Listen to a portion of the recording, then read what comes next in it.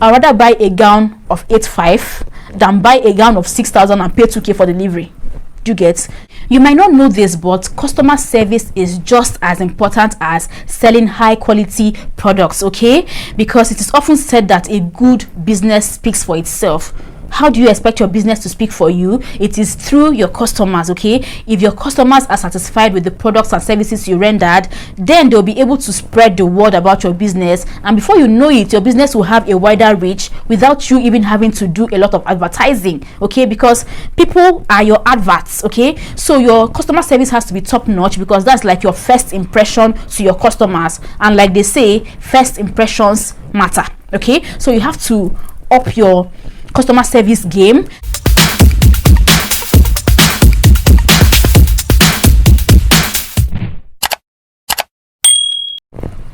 Welcome back.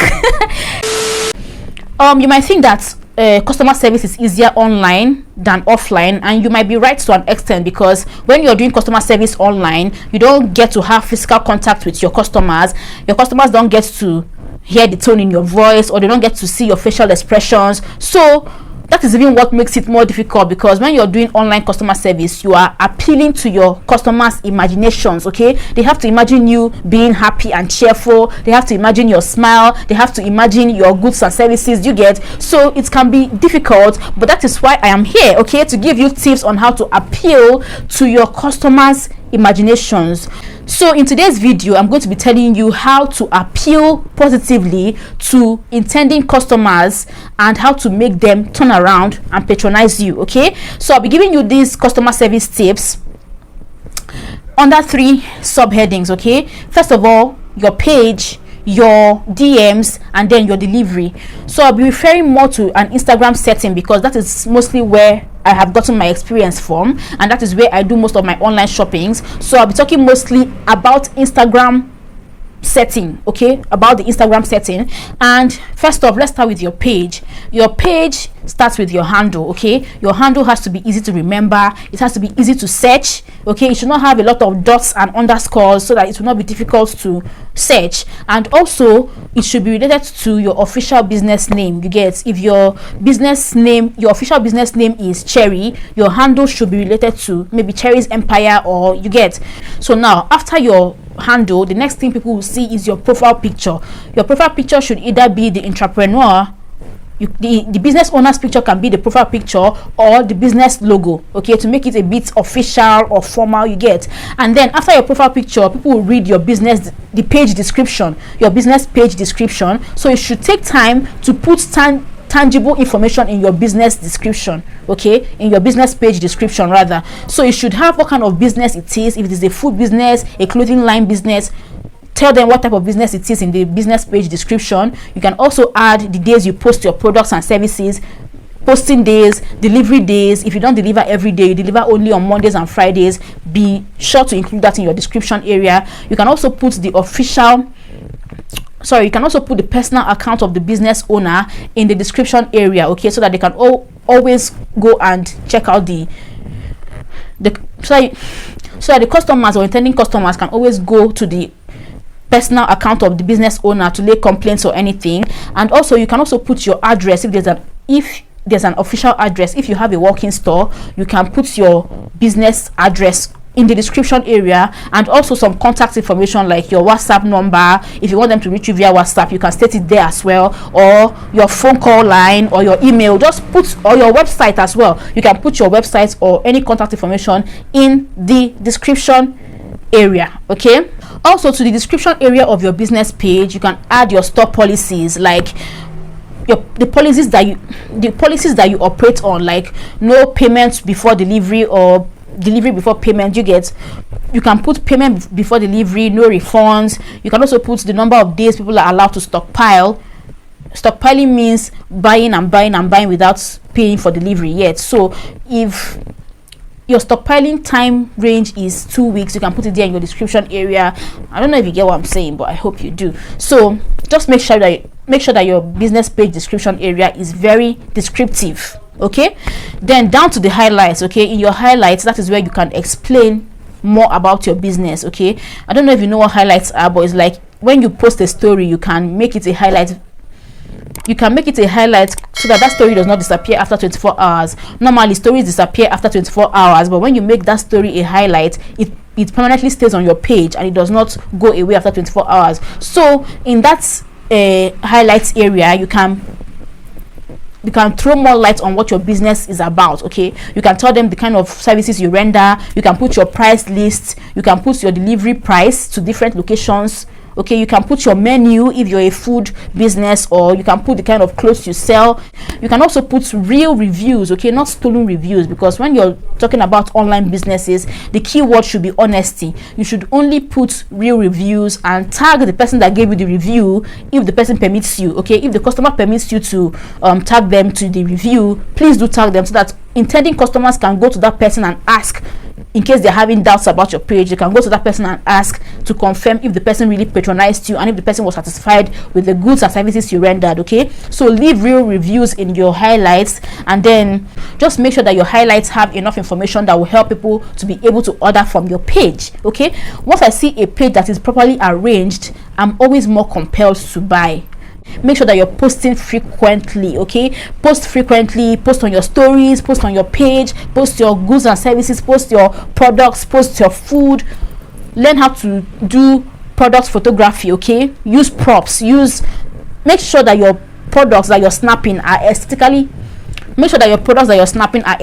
pleasing to the eyes. Okay, you cannot just post rumpled clothes or use a tattered background for your product photography. Your products that you're snapping have to be on a nice background. It has to be looking nice and presentable. Do you get? So I cannot overemphasize the importance of posting the price of your products, because I for one will not DM you for price. I will not DM you for price. Okay, that is one thing you have to know. Me, I'm not going to DM you for price. It's better for you to put your price in the description, because every post on Instagram allows you to describe the post. So put your price in the post description. Yes, put the price of the item in the post description, as well as real description. Like I said, online business requires you to be very honest, so put real and honest description of the item that you're selling. Okay, all these human hair vendors that will be selling a low grade hair and then they will be lying that it is a high grade hair. If it is fiber, tell them that it is fiber. If it is synthetic, tell them that it's synthetic. Some people are looking for synthetic hairs, some people are looking for mixed hairs. So don't come and tell people that it is pure human hair when you know that it is fiber, because once they buy the first time and they see that you lied about the item description, they will most definitely not come back. And the aim of every online business owner is to have returning customers. Okay, so if the product has any defects, tell them. If it has any problem, or if it is second hand, if it is not first grade, or just describe the product honestly in the post description area. With posting, I don't know, I said you should post frequently, but then don't overpost. Okay, because it can get tiring and people might just mute you. Don't overpost, but post every day, post frequently, just to remind people that you're still in the business, but don't overpost. And also, when you are posting as an online vendor, let your personality shine through. I don't know, I really like online vendors that actually use their products. Or maybe if you're selling wigs, you make a video with of yourself wearing the wig, or of yourself wearing the clothes. Represent your brand very well. Carry your market on your head. Okay, shout on your page, advertise, use your products, wear it on your head. If you're doing skincare, your skin should be clear. Show that you're using your products and that your products are working. Okay, I like personal.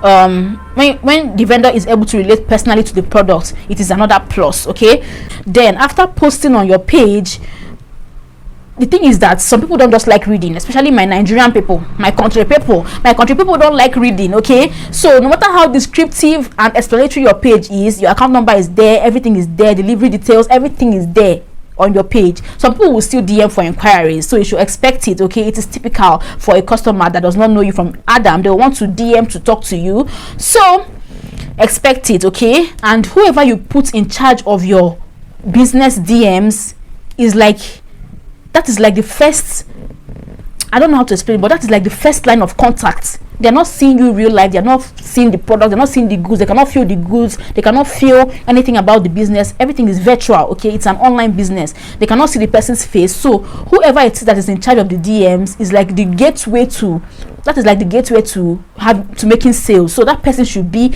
a people's person. Okay, it is not easy to deal with human beings. I can assure you that human beings can be very difficult. So whoever it is that is in charge of your DMs should be a people's person. Okay, the person should be very cheerful and respectful. Your replies should be as cheerful and as respectful as possible. Okay, use sir and ma. That is, spray them with sir and ma, except the person says that you should stop calling them sir or stop calling them ma. Okay, but call them sir, call them ma, even if they look very young, or even if they look like you're older than them. Respect them, call them ma and sir. You're just after leaving a good first impression, and you're also after them patronizing you. So it does not take anything from you to respect them. Call them, oh, good afternoon sir, good afternoon ma, how may I help you, or how are you? Just be cheerful and be respectful with your replies.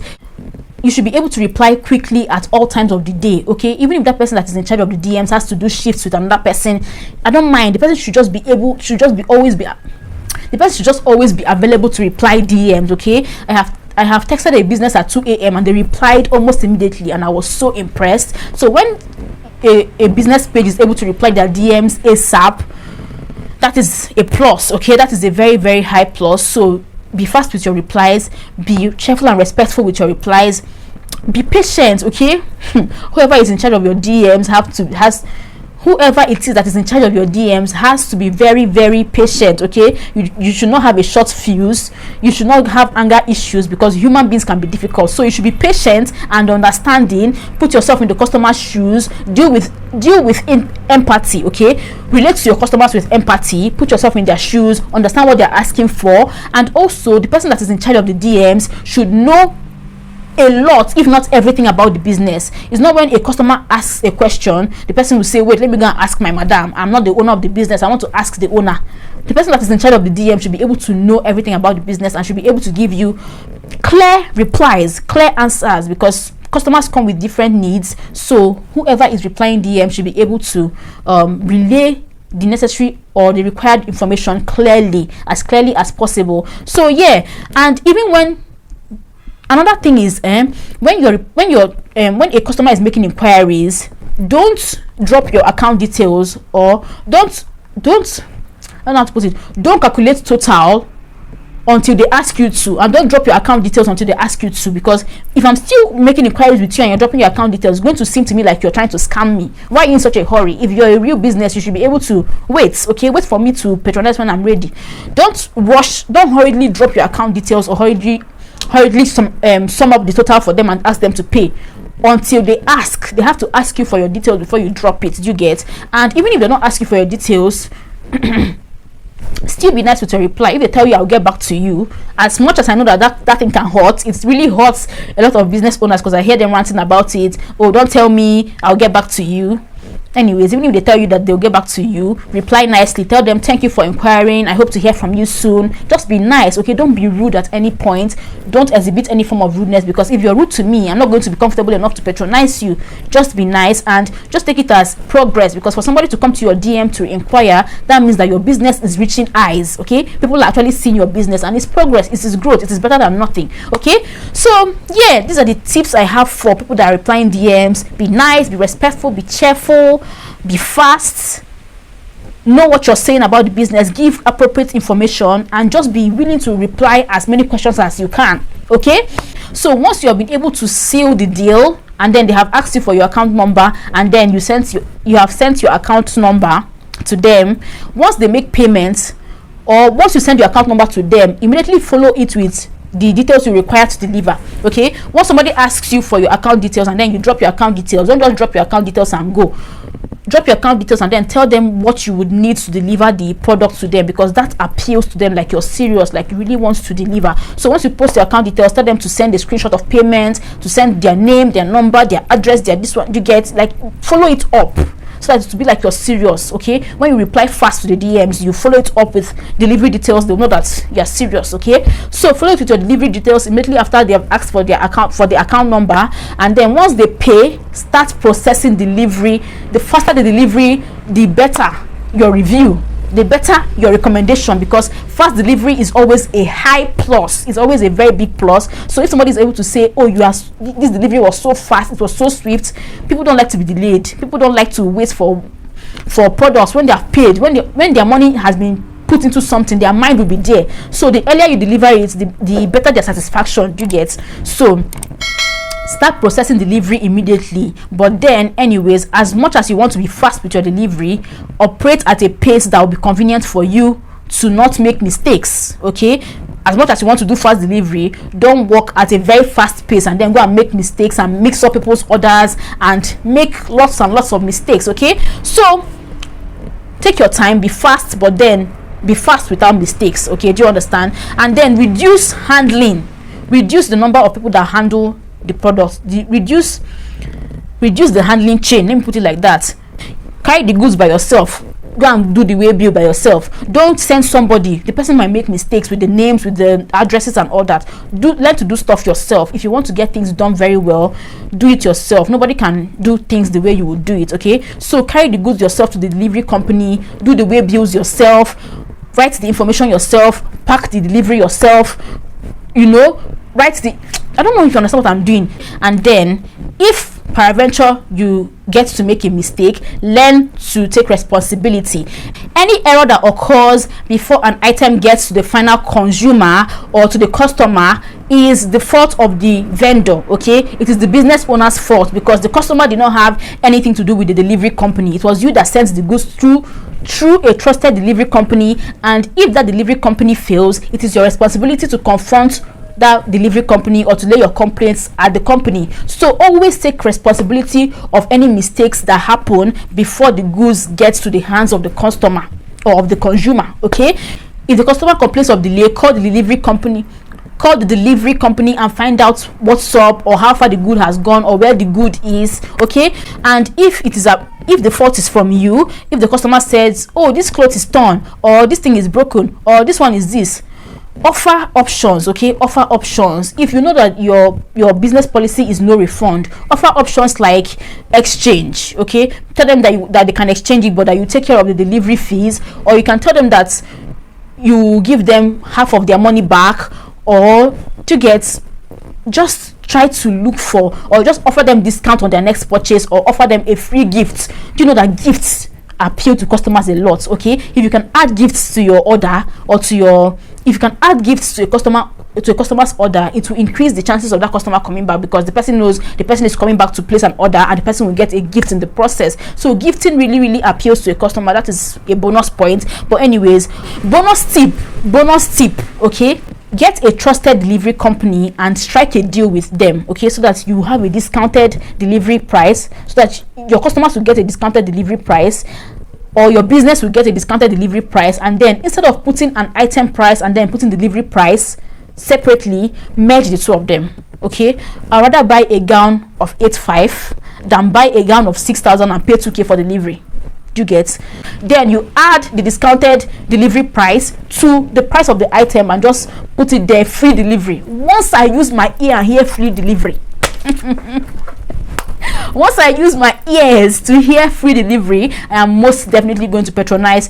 The chances of me patronizing will go from 20 to 70. Okay, so yeah, that brings us to the end of this video. I hope I've been able to make sense with all my rambling, and I hope I've been able to help one or two people out there, up their customer service game. If you enjoyed this video, please do give it a thumbs up, and then subscribe to my channel. Leave a comment in the comment section. You can leave other tips that you know to help other online business owners grow in the customer service area. Okay, if you're new here, hello, my name is Precious, and you are absolutely welcome to my channel. And insects. God bless you for me. Do you know I'm filming with my mic here and my mic is not connected?